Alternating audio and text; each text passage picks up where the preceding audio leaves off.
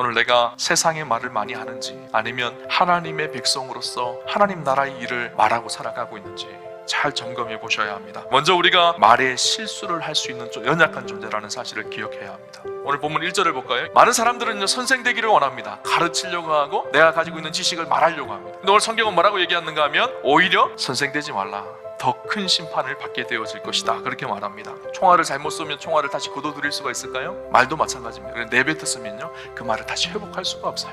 그래서 누군가에게 꽂혀져서요 누군가를 상처 주고 누군가를 아프게도 하고 다투게 하기도 하고 분쟁하기도 하는 것이 말입니다. 또 특징이 있는데 말은 오늘 우리의 삶의 방향을 결정짓는다고 이야기합니다. 큰 배를 어떻게 움직일 수 있을까요? 사공이 움직이는 키로 배를 움직여요. 우리의 혀가 우리의 인생의 키라는 거예요. 우리 혀가 내뱉는 대로 우리 인생이 끌려간다는 거예요. 늘 부정스럽게 원망스러운 말들을 계속 내뱉으면요 우리의 삶이 불편하고 부정스럽고 원망할 일들이 일어납니다. 반면에 축복의 말, 생명의 언어를 내뱉기 시작하면요 우리 인생에 축복의 일들, 생명의 일들이 일어나기 시작해요. 민수기 14장에 보면요 이스라엘 백성들의 원망의 소리가 나옵니다. 이스라엘 백성들이 그곳에서 죽겠다 원망의 말을 하니까 너희가 말한 그것이 내가 들린 대로 너희에게 행할 것이다. 반면에 여호수아와 갈렙은 어떻게 얘기했죠? 하나님 은혜 가운데 살겠다 했거든요. 그러니까 하나님께서 광야에서 살리셔서 약속했던 가나안에 들어가게 하시겠다고 그렇게 말씀하고 있는 거예요. 오늘 말은요 우리의 혀는요 우리 인생의 키입니다. 그래서 말이 어떻게 하느냐에 따라서 우리 인생이 이끌려가요. 세 번째요, 이 말은요 작은 말 한마디가 엄청난 힘이 있다는 사실을 기억하셔야 돼요. 말 한마디가 사람을 죽이기도 하고요 사람을 살리기도 합니다. 에베소서 말씀에 바울이 이렇게 우리에게 권면합니다. 더러운 말은 입 밖에도 내지 말고 하지 않는 훈련을 하셔야 돼요. 그리고 선한 말을 하여 선한 말은 하려고 하셔야 돼요. 입 밖에 내지 않아야 될 말씀이 어떤 말씀입니까? 에베소 4장 31절을 보니까 이렇게 말합니다. 악독과 노함과 분냉과 떠드는 것과 비방하는 것, 악의가 가득 찬 말들, 이런 말들은 다 버리라는 거예요. 근데 우리는 얼마나 잘하나요? 이런 말 얼마나 수근수근대면서 누구를 비방하고 정죄하고 판단하고 얼마나 잘하나요? 반면에 32절에 보니까 하나님께서 우리를 십자가에서 용서함같이 다른 사람을 용서하고 사랑하는 일을 말로 표현하고 하라는 거예요.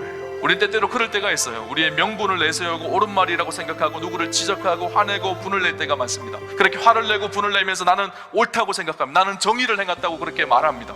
근데 여러분 옳은 말을 할 때도요 참 주의할 것이 있어요. 옳은 말을 한다고 하지만 그 속에 우리의 감정과 우리의 화와 우리의 분노가 담겨져 있으면 결코 옳은 말이 아니에요.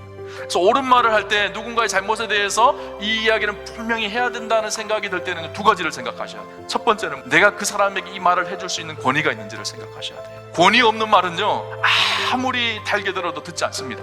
근데 권위가 있다고 해서 무조건 말하는 것이 아니에요. 권위와 함께 있어야 되는 것이 무엇인가 하면요 사랑이에요. 사랑이 없는 권위는요 누군가를 파괴할 수도 있습니다. 우리 예수님이 그러셨거든요. 예수님은 권위로 말씀하셨어요. 그렇지만 그 말씀 속에는 반드시 사랑이 존재되어져 있었어요. 오늘 우리의 말 속에 내가 권위 안에서 사랑으로 말하는지를 잘 보셔야 합니다. 그때 그 말에 능력이 나타나기 시작합니다.